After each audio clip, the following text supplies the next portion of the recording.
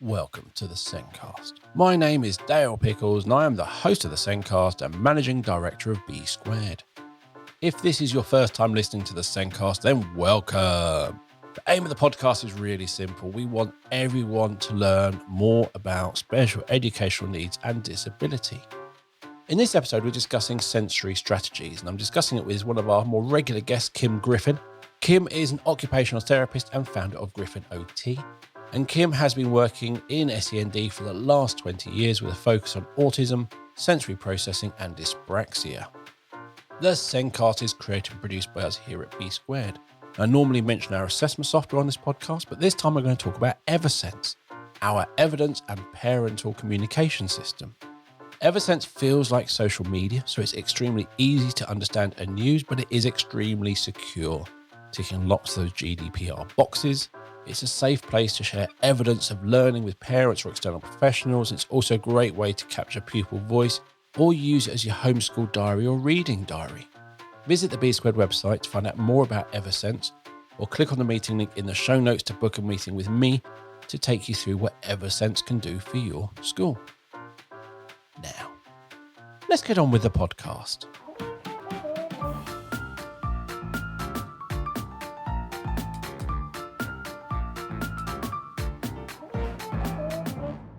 On this week's show, we're discussing sensory strategies. And this week, my guest is Kim Griffin. Kim is back and she is an occupational therapist and founder of Griffin OT. Kim has been working in SEND for the last 20 years with a focus on autism, sensory processing and dyspraxia. She provides training and support for sensory processing and motor skills like handwriting through her website, griffinot.com. Welcome back to the Sencast, Kim. Hi, Dale. We all have our senses, and as we have discussed on this podcast before, we often take them for granted. But some children may struggle with their senses in various ways. So how do we support them to develop these skills? Develop these skills. Okay. I want to say develop these skills because Yeah. it's like that recognizing. It's like that interception. Yes. It's there, but you don't recognize it. Sometimes, some children have difficulty noticing their interoceptive sense. So yes, I would say that there's two pieces to unpick there. So firstly, there's this thinking about our senses do develop. So when babies are born, their sense of vision is very underdeveloped. This is why they can't see objects in very clear detail. They notice black and white quite well. And it takes them a few weeks for their eyes to develop to really recognize their mother's face. The touch sense is fully developed at birth, and that's why infants are so good at sucking, and like they know where their mother's breast is because their touch sense on their mouth is completely developed. Our vestibular and proprioceptive senses sort of continue to develop as we have more experiences moving in the world. So vestibular sense is our balance sense and the feedback that's coming from our inner ear when our head moves, and proprioceptive sense is the feedback we get from our muscles and our joints about how our limbs are moving. If you're not familiar with, and Dale's already mentioned interoception, which is the internal body senses. If you're not familiar with these, there's a free introduction to the 8 senses on my website, griffinot.com. So I'd really recommend, we're talking about sensory strategies today, and if you're listening and going, water, veswa, interwa, what are all these words? I definitely would recommend doing a little bit more research. You've just gone for 8 senses. You've missed out quite a few. I have. So I haven't mentioned taste and smell and hearing. Which is grouped as a really weird word. Olfactory. Yes, that's the one. So I had to say the word an old factory in my head and then remove the D. So first time I saw it, I was like, I'm not even giving that word a try. Yeah. I can't actually remember what it must have a Latin root or something. I can't, because proprioception's Latin, interoception's from the Latin. Because you have a sense of balance, you have a sense of hot or cold, but some people say it's part of touch, but it's not, it's a separate part. It's a sensor within the skin, which is why it gets grouped into touch, because touch tends to get grouped anything that is touching the skin. But we also have internal temperature sensors as well, which is interoception. So it depends. And then you have a sense of time. Yes, but that's an executive function. So it's really interesting. Yeah. It's somewhere between 5 and like 30 something, depending on who you talk to. Yes, it's really fun. And Joe Grace has taught me lots of them. And because I said, oh, it's a sense of time. She went, no, it's a real thing. It's why they call it a sense of time. I was going, actually, that explains a lot with my daughter, but that's a Yeah, whole other yes. thing. So that links into executive function though, and it's a timed blindness. Time blindness is a real thing, and you get so stuck into something you don't recognize that 2 hours has gone. And there is some. Oh, I won't be able to find where this is written, but I know when I was doing my sensory training many, many years ago, they were talking about the vestibular sense also linking in with awareness of time because it's vestibular sense helps with your awareness in space. So it also helps your awareness with time. I can't remember what that's actually come from But I though. think with a lot of senses, and certain senses you won't really use, or you won't recognize. So that hot Mm, or cold. yes. So you have that internal sense, and you see a child who's literally red, and you're going, "Are you hot?" They're Yeah. going, "Why?" When you look really red. Yes. How about you just take your The jumper blazer off. off and take Yeah. your jumper off? Maybe you might Yeah. cool down. There's a certain things. It's learning to recognize that. Yes. And you are somebody who does more exercise than me. And you probably have that feeling that if you don't go for a run after a few days, you feel a bit run down type thing. You know what I mean?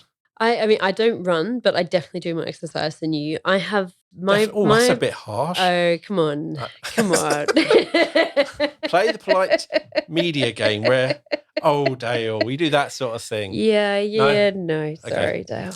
I've known you for too long. But I actually have my proprioceptive sense, so my awareness of my body is quite slow at responding. So if I don't move for a couple of days, I become much more clumsy. Like if I've sat today, I know I've been sitting down with you for most of the day, so like I'm gonna feel really sluggish because I've not been for a walk or kind of done some moving. So But I know my yeah. friend Tom, and I've mentioned the podcast on is people who go running a lot or go to the gym a lot, when they miss Mm, it, they really mm, feel their body going, oh, yeah, I need to go back to the gym. yeah, And I think you only get that when you're in that zone, when you have yeah, that body and you start feeling the yeah, yeah, benefits, then you start going, oh, hang on, this isn't yeah. right. Whereas me, I don't have that feeling. It's alright. Maybe that's something in the future for you, Dale. Hence why we may develop certain senses, but Yeah. others, and what you're probably going to go into here is the sensing and the processing. Yeah, so when I'm talking about sensory strategies in school, I'm typically looking at using the senses to support regulation and talking around children who might have difficulty with sensory modulation, which is our ability to process and respond to sensations that are in the environment or in ourselves. So you mentioned the child that gets really hot and doesn't take their blazer or their jumper off. That child has got slower processing of that interoceptive sense of I'm hot now. And I see that all the time, particularly with autistic children. I find they're really poor at, and I think part of it for them is also a habit that they're used to having their jumper on. Particularly, they've had their jumper on since sort of what are we now? It's October, so it's cold now. They're going to have their jumper on for at least 6 months, and then it gets to summer, and it's just a completely foreign thing not to have their jumper on. I don't think, for me, you laugh at my lunches. I like having things I don't really think about. Yes, And it gives me, so, and I watch my daughter, she has her routines, and it's almost like she can forget about that once she's had routines in, yes, and then she can yeah, focus on what she wants to focus on. yeah, yeah, Problem is when something changes, yes. she then doesn't notice because she's focusing on that, and that routine doesn't get updated. Or changed, yeah. And I think there's also a piece to consider that we use our senses, sensory activities for play. We use them for learning, particularly in the early years. So, anyone who walks into a reception or a nursery classroom, like there's always a mud kitchen and a messy pasta or messy rice or like, finger painting or things like that. And where children, particularly younger children, they are using their senses to learn about the world and to play. And we also we use our senses during lessons. Like I know one of the schools were doing something for harvest and they were doing soup tasting. So they were using different soups and the kids were tasting them. And even in math, for example, if you're using manipulatives, you're kind of bringing the touch sense in to support learning and the visual sense in to support the learning and the concepts. So we're using our senses for play, we're using our senses for learning because everything our brain is taking in is sensory. Like they're the only information. Like if you think of the brain as a computer, our senses are the keyboard and the mouse. Like all of the information the brain receives is sensory. It then has to process that information. So, or integrate. So sensory integration, moving on to sensory processing, depending on the author that you're reading. So that's where there's not a deficit. So I'm not talking about someone who's blind or who has hearing loss here when I'm talking today. I'm talking about children that information that's coming in isn't necessarily being processed or integrated in the same way. So they might not notice a sensation, or they might have a reaction to that sensation. They might just notice it much more intensely than you do. It might be something that you've not even noticed in the classroom, or you've completely habituated to and you don't even notice anymore, but that child is continually noticing, or they notice that it's not there anymore, even though, you changed one thing on the display because you needed something, or it fell off because it hadn't been stapled on very well. That child might notice that it's changed, whereas you might not notice because you don't even notice that it's there or not there anymore. Or it could be sounds in the environment, or even a peer next to them that's constantly touching them. That might be very overwhelming for some children. So when I'm thinking about sensory supports and regulation, I'm thinking about how we use sensory activities or sensory tools to support children to stay regulated and stay organized in the classroom for learning. So you talked there about being oversensitive and Hmm. undersensitive, Hmm. and that has those two words. Yes. One is hyper and Yes. one is hypo, Yes. which has scientific reasons. I would have gone for two completely different letters personally, but those Latin folk knew better apparently. Yeah. So Or under hyper or an is over. the too sensitive, isn't it? Yeah. Oversensitive. That he's using, and Susie Nyman's talked about what they've learned. But yeah, hypo is the lack of sense. Yeah. They're not. Slower. I tend to think of it as more slower to respond or slower to acknowledge what's going on or So, needing more intensity. and that's the thing we talk that in terms of with that sensory is basically that reset. So that's where you have the sensory seeking stuff comes Yes. in. Yes. So So, sensory seekers, I think different theorists and different authors will write about this slightly differently, and some will not include sensory seeking. They'll just have hyper. In the autism criteria, there's just hypo reactivity. There's no sensation seeking. Winnie Dunn's model would talk about sensory seeking being a behavioral response to compensate for lower arousal. So your body is slower to respond, so you're moving in order to increase the vestibular sensory input to help keep you alert. I would definitely say you see some children seeking to essentially regulate another sense. So you might see children chewing, and you might initially see that as, oh, they're seeking proprioceptive input, but actually what it might be is that the child's overloaded from the noise and the sounds. Sorry, noise and sounds are the same thing. The visual input, the sounds in the environment, and they're chewing to try and help calm themselves down. So need of it's not a slower response to proprioception, it's an attempt to calm down. So I think seeking is kind of a behavior, but you do need to look at it a bit more closely to kind of think, well, what's the cause of that?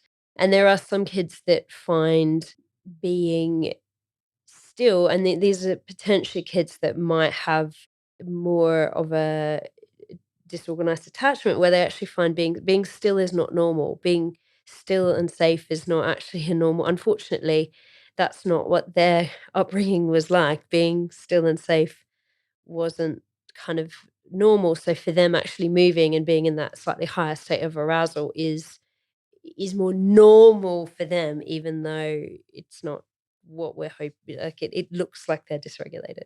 so this is quite fun because normal for them is that thing is with that sensory supporting all these senses. Mm, You kind of got to work out what their norm is. yes. You can't just go, this is the 5-step rule to Yeah. supporting senses. Yeah. Yeah. Is Yeah. you've got to start at their norm, which we base on Yes. all the previous Yeah. and the current Yeah. environment they're Yes. in. Yes. And this is why, so in my book, Success with Sensory Strategies, and in my online courses, I always start with the boring stuff. I never start with the strategies. Like in my book, the strategies are in the second last chapter. the first chapters sort of help you to understand the senses, understand the different triggers that aren't just sensory. There's other triggers there. It helps to think about the whole child, because what I am what I'm finding sometimes, and there's also one of the articles I read was sort of talking about other OTs sort of experiences within schools. And there's this perception that sensory support, sensory strategies, sensory tools are this magical fix all that will help the child be ready to learn. Yeah. So it's like you give them their movement break or you do their sensory circuit, and then all of a sudden they'll be ready to learn. And the reality is, for a lot of our kids, that's not the case, because we've got, say, you've got a child that's working at year one level, curriculum wise, and you put them in a year four class. No amount of sensory circuit is going to make them ready to access a year four math lesson. Say you've got a child who has developmental language disorder, no amount of weighted blanket or wobble cushion is going to facilitate that sort of gap in language that they may have in order to let them, say, write a big write in year six. They are going to need their other supports that link to that individualized need. So while sensory supports have got a place to help with arousal and regulation, and maybe just as a general brain break to kind of get you ready, and there's some nice evidence around yoga and there's some nice evidence around activity, like movement activity breaks, they're not this magical thing that you do that suddenly fixes kind of all of the other needs or challenges in the classroom. So if we think about that arousal is Yep. basically they've got aroused, and this Yes. sensory thing is bringing them back down. Or increasing, Increasing. depending. So we did talk about arousal in an earlier podcast, so that sort of level of energy in the body, and some children might be more low in their arousal, some kids might be very high, so you can use, say, movement as a sensory strategy to help increase arousal, or say, a dark room or a bubble tube to, say, decrease arousal. But it's figuring out, like you said, what's the individual need of that child, where are they at, what has happened before, and kind of what is the trigger as well. Yeah. So, is it the big right? is it the big right? Is it that it's Friday and they don't like the lunch option on the menu for Friday today? Or is it, I had a child the other day that they were so excited because they live with separate parents, and they were going to dad's for the weekend, and they hadn't been to dad's for a while. So they were so excited that they were going to dad's for the weekend. Like, you're not going to decrease that excitement with a sensory strategy, because they've got a valid reason Yeah. for being excited. And it's the same with, sometimes the kids will come in on the weekend, and, I mean, all teachers know what it's like when kids have come back from holidays. Like that first couple of days back from half term, it's harder to get kind of back into the routine. And sensory supports can be great because they can create a routine sometimes, but yeah, they're not necessarily this magical wand. It's quite a fix all. good, I'm going to say the word short-term reset. Mm, mm. So that's the thing. To me, it is a short-term thing. Because Yeah. if you're in a class which is really not helping you regulate, and you're going up that route, you're going, okay, I need to get out of here. You go away. Now you've done that. It's not going to be suddenly, oh, it's a really happy classroom now. Yes. It's going to be exactly the same as it was before. Yeah. So in about 10 minutes, I'm going to have to get out again just to bring myself down. And it's sort of like, okay, so are you saying there's something wrong that this child needs to keep having? So the child's in a fault because he having a sensory break. Or actually, or is it the environment they're in? And that's where, so I always start with the environment and looking at, well, what is in the environment that might be triggering, particularly for over arousal? Like, what is in the environment that might be triggering that? And what can we change that needs to change? Or I've been into some places where there hasn't been the visual schedule, autism classrooms where there hasn't been a visual schedule, there hasn't been a plan, there hasn't been a real structure, there isn't a routine, and the class is quite dysregulated. And, I had one student I could take out, I could do some wonderful sensory stuff with. He'd be wonderful and calm, he'd be communicating with me, and I'd send him back into that class, just as you said, and, like, he would just start his arousal would shoot up, and, like, he wouldn't be engaged in learning. But a big piece of that was because the environment was not set up to support. So the first thing that has to happen is the environment needs to be set up appropriately. And if it's an autism class, it's using the strategies we know that are helpful to support autistic students to stay regulated. If it's a students with mostly language needs, it's using whatever strategies the speech therapist has given you to facilitate the child to be able to access the communication and the language in that classroom.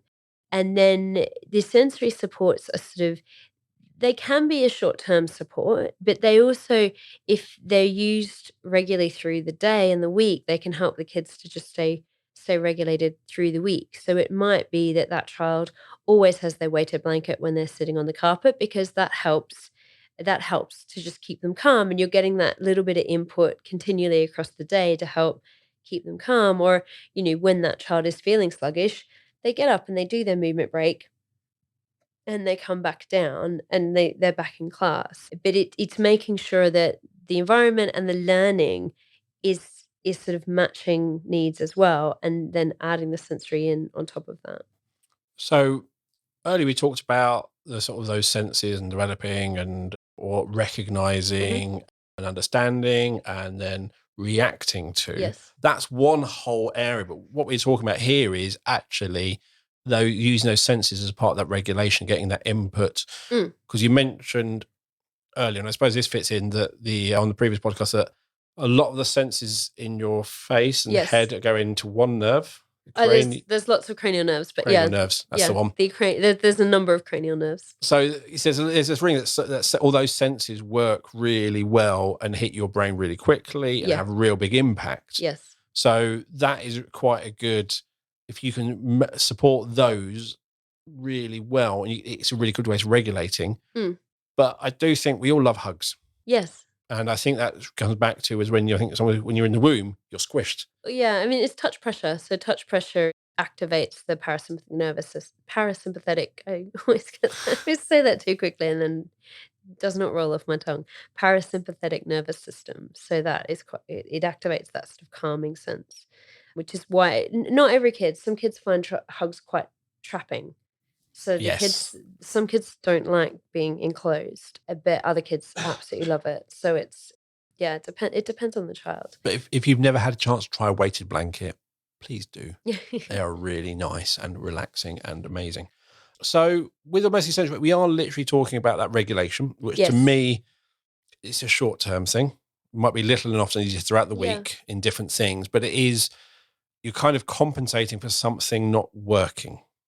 Um, I suppose it depends on the child. Some kids do just need a bit more movement to help get their level of alertness up. So there is that piece through the day, and it's nice to be able to include things like going for a bike ride, going for a walk in the afternoon, or just adding that movement in. And this really depends on the resources that the family has access to, because everyone has got different resources. But I have some families who have access to a trampoline in their back garden that kids jump on the trampoline for 10 minutes before they get in the car and go to school, because that gives them that sort of initial boost in the morning. Or, there's other families where the kids, they park a bit further away from school and they walk to school. So that just gives them that bit of movement before they get in. Some kids, when they get into school, particularly at special schools, they might have caught the taxi in. So the school then gives them the opportunity to go out to the playground for 5-10 minutes just to wake their bodies up in the morning. Or they might do, some schools are using sensory circuits as a way to help the kids sort of become alert in the morning. I I think we need to tailor those sensory circuits a bit more to be a bit more individualized. So if you don't know what a sensory circuit is, it's essentially, it's kind of like an exercise circuit, really. Got a couple of stations and the kids go around. The wisdom from the book is that you do an alerting activity, an organizing activity, and then a calming activity.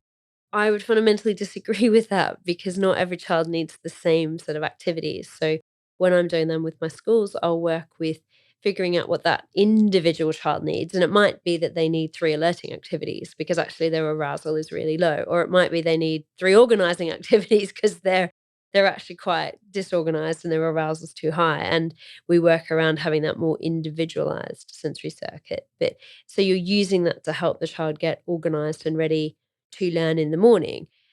their classroom needs to be set up and their learning needs to be set up in a way, and their relationships with the staff need to be there in the classroom for that learning to be successful.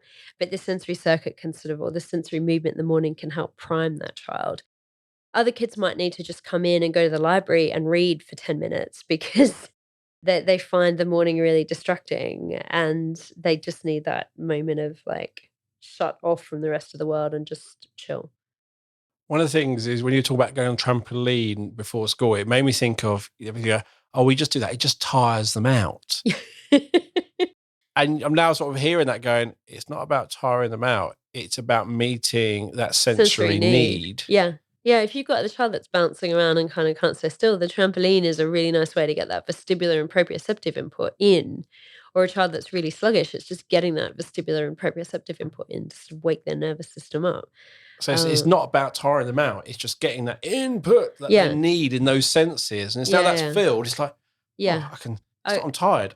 Because I could probably do that for another hour. Yeah. But it's just, I've got that hit now. I've got that sensory hit. Yeah. And I have some families that would go past the park and use the swing or something like that. Or, I have some families, particularly in the afternoon, if you've got that child that just, they're struggling at school and you might end up with a bit of a meltdown when they get home.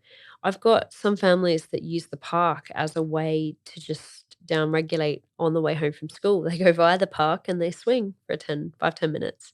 Or they run around or they do the other equipment or they use the flying fox, whatever is. Do you call it a flying fox here? Zip line. The zip line, sorry. As I said that out of my mouth, I was like, you didn't flinch, but I was like, I'm not sure I've used the right word. The zip line. In my head, I'm literally going through every single playground equipment in my head going. The zip line. So, so like they do the playground on the way home because that just helps to organize and reset their kids so they don't then have that meltdown when they get home. Other families will say, actually, no, they just get home and they just need to lie under their weighted blanket or sit in their beanbag, or I just give them food straight away because that's the routine that we've gotten into place. I had one mum who used to do, we worked out that chewing gum was actually a nice, because it's proprioceptive input. So she used to pick her daughter up from school and give her a piece of gum, and her daughter would chew gum all the way home, and that would help her to downregulate from the day at school. So it's figuring out the support, what the child needs, and then integrating that into a routine in a way that is sustainable. It's interesting. You talk about the park. I've realised actually going to that play park, going on the swings, flying fox. Yeah, the zip line. Weirdo. The seesaw. I like the rocking horse thing. Yeah. But most of them are actually things that all you ever think about while you're on them is generally what you're doing. It's a really great introduction to mindfulness because I'm on the swing and that's what I'm doing. Yes, you need to focus. And I'm focusing on the sensory and I'm focusing on my movement to keep this going. Yep. And it's a really good introduction to mindfulness, but it blocks out everything out of your head. Well, and a swing it's great vestibular movement, but it's linear vestibular. So it's forward and backward and it's rhythmic. So it is actually really calming. It is. Yeah. Really calming. So it works for the kids that are a bit lower arousal because it's the vestibular, but it's also very calming usually for the kids that are a higher arousal because it's linear forward and backward. So, but not every child likes the swing. Some prefer the rocking horse, others prefer the just going home and chilling. But it's finding what senses need supporting and then what strategy can be integrated easily into the day for that child to help them. Nice. My daughter, generally, she was used to just blah all the way home in the car type thing or on the way home. But kind of in her first few years, she walks. So my wife had to be at home. She should get home and go blah. Yes. Now she's got to that point where she doesn't do that anymore. I don't know if it's got worse or whatever, but she kind of gets home and disappears off for a while. Yes. And then comes down. Yeah. So she's learnt that actually I can go, I don't know what, she probably disappears off to her room. She might listen to her favorite music or she might just, I don't know. Do you know what she's doing? It's either game or music. It's generally or both, but generally it's quite predictable. And you can just walk in and go, I always walk and go, hi, how are you? And just listen for that tone coming back. Yeah. And generally, whatever it is, I often just walk away And I know that when she comes down, Yeah, she'll have regulated. And like music's a really wonderful tool to help with regulation. Because particularly if you've got, one teenager I worked with and she created on her, it was pre-teenagers having, it was iPod era. So on her iPod, she created a playlist, like her calming playlist and her energizing playlist. So she had these two playlists of songs that when she was starting to get really stressed, she'd play that playlist of songs that she found calming. And when she was a bit low, she'd play that playlist of songs that she found a bit energizing. And it's an easy tool, particularly these days, particularly for teenagers, because they've all got phones. So it's a very easy tool to integrate into their day. and it's a really easy strategy that it's everyone's got generally music or some form on their phone these days. But what I like about that is also it's completely hidden. Yes. So you're not going, I've just got to go do this. You can literally just put your music on. It looks Yeah. like but it is actually you're choosing a playlist for a specific Yeah. reason. And if you're on the bus, you've got your headphones in, and you can just it's a strategy and a tool that you can use to support with regulation. And I think that's if you take one thing from this podcast on sensory strategies, is it's really using them for the purpose of regulation. So what's the need? What sense are you supporting? What are you using? And then is it helping? So not just doing the sensory circuit in the morning because you all decided it was a good idea, you got on, you did it. There was no monitoring of whether it helped. All the kids are doing the same thing. And it might be that that sensory circuit in the morning with all the kids doing the same thing does help them to create a routine for coming into school. Yeah. Yes. But it's not necessarily supporting their senses to regulate, but it might be inadvertently because you do it every morning and they've got the same thing going on. The kids are a little bit calmer because they're in that routine of doing their sensory circuit in the morning. So we've talked about audio and your listening, Mhm. your hearing skills. There's a lot you can do with it. You can do white Yeah. noise stuff. You can do Yeah. music. You Yep. can do not a lot. So we can go quiet, whatever. Yeah. And we talked about touch and that Yes. that deep touch and all that sort of stuff. What do you do with sight? Is sight there for like your hand-eye coordination, or do you just put Yeah. them in a yellow room? So I think there's definitely things in the classroom, like if you've got kids that are very hypervigilant and very aware of what's in the room, you can decrease, particularly at the front of the room, the displays. So less displays, less laminated stuff that's reflecting. If you've got a kid who's really distractible, find a place in the classroom where they're not looking at the window or they're not looking at the door. Like most classrooms, there's a desk that is looking out the door. So if you've got a child who's very visually distracted, don't put them in that desk. Like put them on the other side of the room so they're not constantly being distracted by what's outside the door. And it can also be handy to just general design on PowerPoints and on worksheets, just making them clear as possible. Or if there's stuff that you can't change, highlighting stuff for the kids in different colors so that you've got that cue in for them of sort of where they've got to look. But yeah, visual can be very overloading for some kids. And you could there's a communication friendly environment. It Mm, kind of touches on all of that with mm, that. And I know lots of classes generally have displays everywhere, but actually the front of the classroom should kind of be as plain as possible. So the yeah. bit they focus on is the bit you're doing, Yes. not I wonder how many E's in the fire Yeah, plan type. and I suppose there's always like lots of phonics and stuff. Like I know that particularly in primary classrooms, like there is a lot of stuff that are there as tools to help, but it's querying whether it needs to be up on the front wall or whether you can just have laminated sheets that you put out. I've got some teachers who've got books, like for English, they've got a book that goes under every table with the phonics stuff in it. And when it's not English time, that goes away. And then they've got a different one for math. So they're still providing that information because a lot of it's really relevant Yeah. information that the kids are learning, but it the math tools and the phonics tools don't need to be up on the board, up in front of them all the time, like when you want them to be paying attention to the main board or the main piece of learning. I think in the classroom it really focusing on the touch and the hearing and the sight. They're the ones you kind of sporting. Smell can be distracting. Smell can be very distracting, and it's also a hard one to control. So say your classroom's next to the kitchen.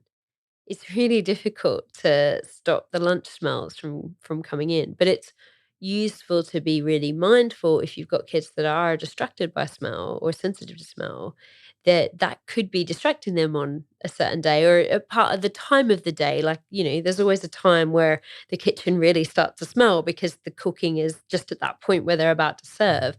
So it's maybe that child would need to do some heavy work, so to do some wall presses or to do some chair press ups to help regulate their system. It's not going to make the smell go away, but it might just help them to regulate their system. And you can do, one of the schools I worked in, one of the special schools, they had on their uniform policy that staff had to use neutral deodorants and no like strong perfumes because mostly autistic children at the school. So typically there's some sensitivity to smells there. So there was just this blanket request of, can you please use like a non-fragrance deodorant and washing powder, so that and kind of just be really mindful of the different fragrances that you might be carrying around on you as a person. And there are things like freshly cut grass. When Mhm. that grass is being mowed outside that Mm. school, it's a great, It's a wonderful smell. Yeah. but very distracting. Yeah. But again, it's a hard one to stop, but you can be mindful that if the grass is being mown, that child might be distracted by that and not. I suppose it's them not getting in trouble for being distracted by a smell that is there that you can't remove, that their brain is going to be naturally attracted to. That's the thing. It is basically it's hitting that arousal zone. That smells kind of putting them up into Yeah. probably orange. It's like Yeah. either for a positive reason, because you talk about there might be a good thing. Oh, I Yeah. love that smell, or I Yeah. hate that smell. Yeah. And then how do you deal with that? But Yeah. either way, they didn't choose to mow the grass that time. They No. didn't choose to be in this classroom. It's one of No. those things. Their Yeah. reaction to that is something they may not right now be able to control. Yeah. But the plan is we'll try and improve that. We'll Yeah. try and improve that response. Yeah, or give strategy, if the child is, I suppose, improve it's tricky. Like when we're talking about modulation, it's some of the research would say that actually it's reasonably hardwired in. Like if your brain is naturally distracted by smell, it is going to be lifelongly distracted by smell. If you're well regulated, you've got a bit more capacity to ignore it or not kind of react to it. And there's different reactions compared to like, oh my God, that's the most worst smell in the world. Like, if someone sits next to you, you stink. Like, we can support children maybe not to have those sort of those socially what's the right word? I want to say unexpected reactions. So we can support them around that and potentially to just politely stand up and move to another seat so they're not next to the person that smells. But I think Joanna Gray said your sense of smell goes in differently. It's the fastest one into the brain So because it doesn't. Every other sense has at least one neural connection before it gets into the brain, whereas the sense of smell goes straight into the thalamus because the thalamus used to be part of. I think I may have this wrong, but where it used to be part of the nose. So it's the as we've developed, those sensations of kind of that part has become more of our brain, but it's the quickest. but it kind of means that if you hear an annoying noise, you can kind of, at some level, most of us can filter that out. Yes. If there's something annoying, we can always look the other way. Yes. So you can see. Yeah. So if something annoying you can see, you go, okay, yeah. I'm just going to look away, Yeah. or I'm going to stick my hand up Yes. and just not look. Yeah. You can't do that with smell. No. Smell it permeates everywhere. Yes. Yeah. And it's that thing. If you, one thing I don't miss from traveling the country and visiting schools is driving up and down the M6, which is the smelliest motorway with all the cow manure coming across. Yeah. And even just me saying it, some people will be literally going, oh, I can smell that now. Yeah. But it's one of the things you can't escape it. No. There's nothing you can do. You can't turn the music up louder. No, it doesn't help. You can't go, oh, that's a bright smell. I'll put sun noses on or whatever. Yeah. It's just, you're stuck with that smell until it goes. Yeah. I do remember at secondary school, people having those bombs. Oh, stink bombs. That's the one, which is the rotten egg smell. Yeah. And if some of our English classes were next to the science lab. So just the smell was there, and you can't Yeah. control it. The only thing that I've heard some people say can be helpful for smell is having a preferred scent on their like a sweatband or on a handkerchief or something. So then they can smell the different smell to help. But if it's the kitchen smells that are there for the next 3 hours, it's very hard to it smells a hard one to get rid of. But it's helpful to be mindful as the teacher that that child's behavior might change because they're spending some of their brain power thinking about not thinking about the smell. And just because you can ignore it Yeah. doesn't mean everyone can. Yeah. And some smells, you mentioned like Fridays. Yes. Friday tends to be fish Fish and day. chips, it's awful. Yeah, the fish smell. So I don't mind white fish. I don't mind it in batter. But yeah, certain fish smells. I mean, one which will get me, fish pie, Yeah. is one of the worst smells when it comes out. Oh, it's just evil. To the point that somebody bought someone in the last office and literally I walked in and went and I just walked straight back out. This is before we were working at home. It was like, I'm out of the office for the rest of the day. That smell Yeah. there is no work happening. Yeah. So yeah, smell is a really interesting one. You just can't block it out. And like if you sit on an uncomfortable seat, you kind of you find a way and you get used to it. You Generally, perch in a different everything way. else you can find a way, but smell, you're stuck with it. You are. Okay, so I'm thinking about so in terms of sensory strategies, we're thinking about anything that involves the senses that we can use to support a child to maintain their attention and focus and arousal in classrooms. So we first want to know what senses they might be finding difficult to process. And there's a few different checklists in different books. There's a checklist in my book. There's my website's got a few different ideas on there as well. And there's quite a few other books that have got checklist. There's understanding arousal and the senses. So if you aren't familiar with those, there's information on my website. Dale and I did a podcast on arousal, which was published a couple of months back to have a look at. So you've got those pieces. And then there's understanding what sensory strategies are available. And that might be changing the environment. It might be a piece of sensory equipment. So it might be a wobble cushion you could try, or it might be a weighted, Does already mention weighted blankets. Just a caveat on those that you need to be supervising them. They're not great if a child's got any breathing difficulties. The child must be able to move the blanket off themselves. And there is guidance that was written by the College of OTs. It was published, I want to say, I want to say 2023. It might have gone back to 2022 now. The new guidance, just in terms of risks around that. It's helpful to consider just general risk assessments in schools for sensory equipment. So if you've got a yoga ball that you're using for squashes or that you're using for sort of sitting and bouncing on, thinking about the risks that might occur with that and having those written down on a risk assessment. I do cover that stuff in my training because I find that it's quite frequently missed. Like there seems to be a risk assessment for the playground, but not necessarily the scooter board and the yoga ball. And then the different strategies that you can use at school might include movement, it might include heavy work, it might include getting rid of noises or noise cancelling headphones or ear defenders, it might include touch pressure. It could include things like a chew toy or different equipment like that. And also ensuring that you're sort of individualizing that to match the child's needs rather than it just being there and monitoring the impact. So is it making a difference? So has it helped? And I know that, assessment and review is one of the things APDR. the Dale focuses on at B squared. It's very much like, are we showing progress? So yes, we've put this sensory circuit in place. Did it make a difference to the child's attention when they went back into the classroom, or did it not? If it did not, it might not have been the strategy that they needed, or the way the circuit was set up might not have been the activities that were what the child themselves needed.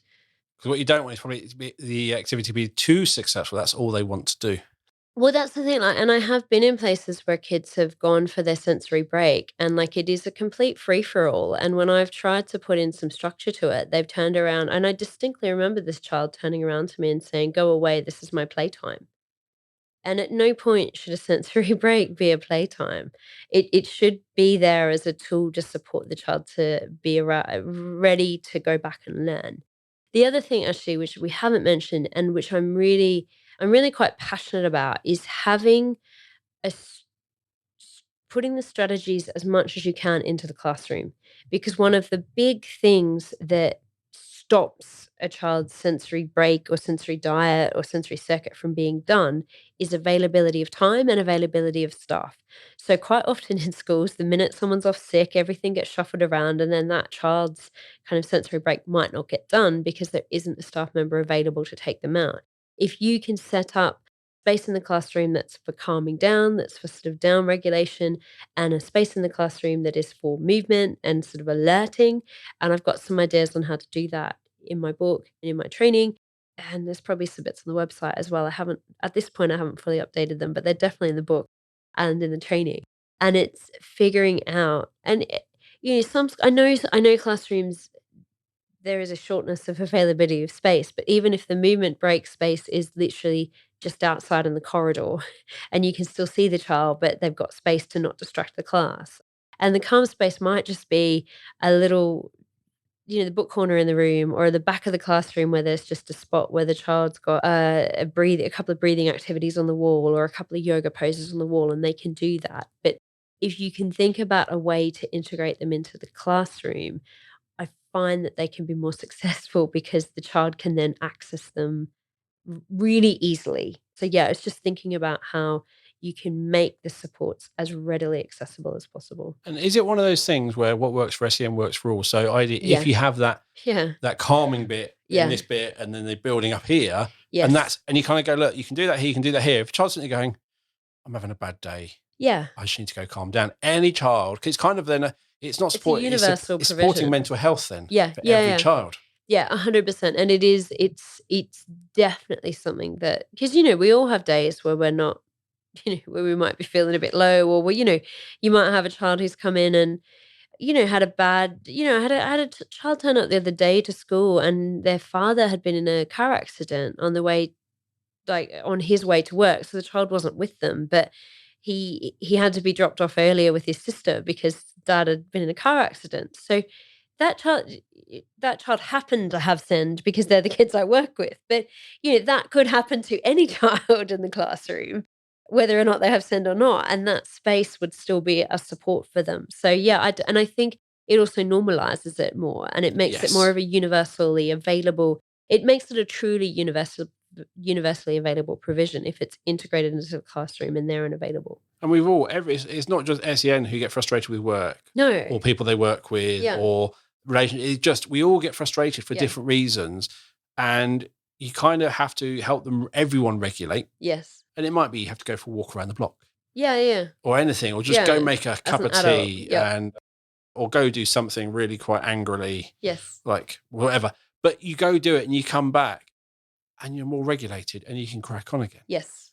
So we Yeah. do that as adults. Why are we not given that ability, and why are we not teaching children Yeah, that there's the earlier? strategies, and if you've got the strategies that are sort of suitable for your classroom setup, then and you put general classroom rules still apply, so the children still have to use them respectfully. They still have to follow the rules. If they're not following the rules, you can take it down for a couple of days, and or not let that particular child go to it.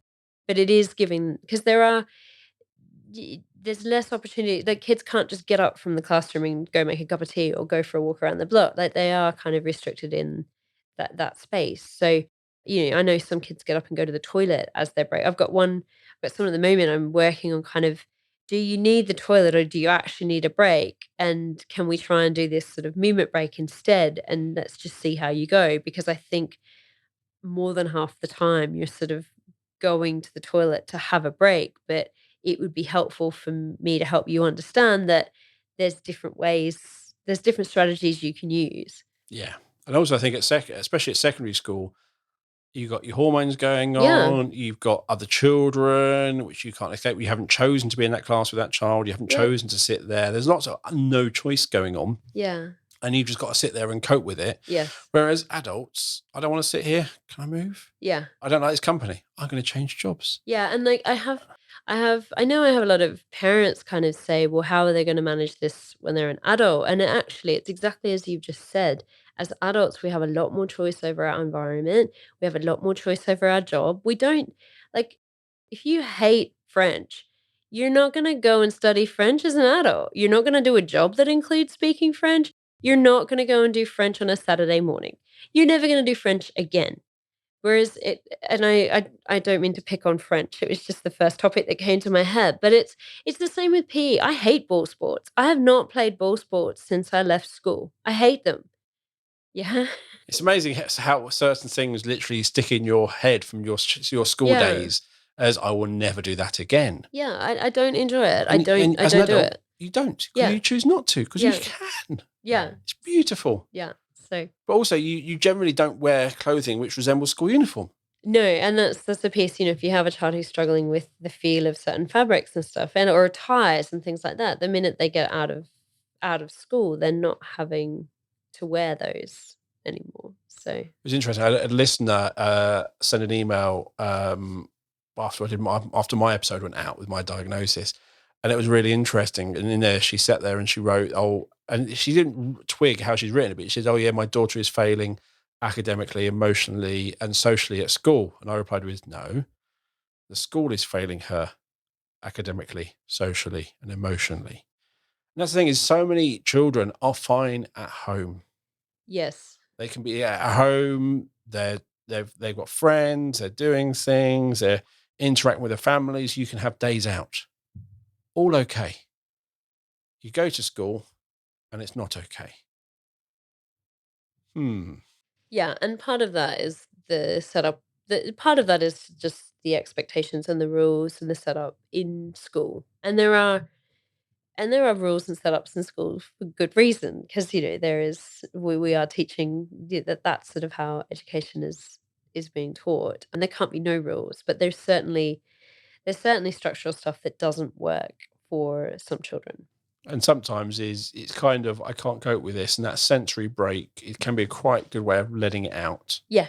Yeah, it's one option. And I'll also caveat at the end here, like, it's not the only thing, but it is certainly one strategy that you can add into your toolbox. And it can be for some kids a lot more helpful than talking about stuff. So like, I know a lot of schools have sort of got the ELSA, and the kids can go and they can talk about stuff. Well, sometimes kids just need to move a bit, or just need that heavy work just to regulate their physical body. And that's where you can bring in sort of more of your sensory strategies. I think, especially when you get into teenagers, they don't want to talk about it. Primary probably works quite well, but as you get into secondary, probably the ability or wanting to talk with someone else might not exist. Yeah, especially if the relationship is not there. Right. Shall we wrap it up? Yeah. Shall I let you go have a movement break? I'm looking forward to going for a walk. Hopefully it's not raining. Excellent. Really enjoyed today. Really enjoyed the podcast. Kim's mentioned her training and website and other stuff and her book, so that will all be linked to in the show notes. So again, as always, guess where you'll find the links? In the show notes, on the website, or wherever you listen to the podcast. As always, thank you for listening to the show. If you haven't subscribed already, click on that subscribe button. And don't forget, you can follow us on Twitter, Facebook, and Instagram by literally searching for the Zencast. And if you're looking for a simple, secure way to capture and share evidence of learning, or a way to capture people's voice, a way to celebrate and share achievement, or a simple, safe way to communicate with parents, you need to have a look at Eversense. Eversense is our evidence system that does so much more to help boost parental engagement. It literally feels like using social media, but it's really safe. To find out more about Eversense, visit the B Squared website, where you can also find about our online training, our CPD, watch our webinars, read my blog. And you'll find a link to the website and to book a meeting with me so I can take you through Eversense or answer any questions you have in the show notes. So thank you for listening. We'll be back next week with another episode of the Zencast. It's goodbye from me. And goodbye from me. Have a good day, everyone. Bye.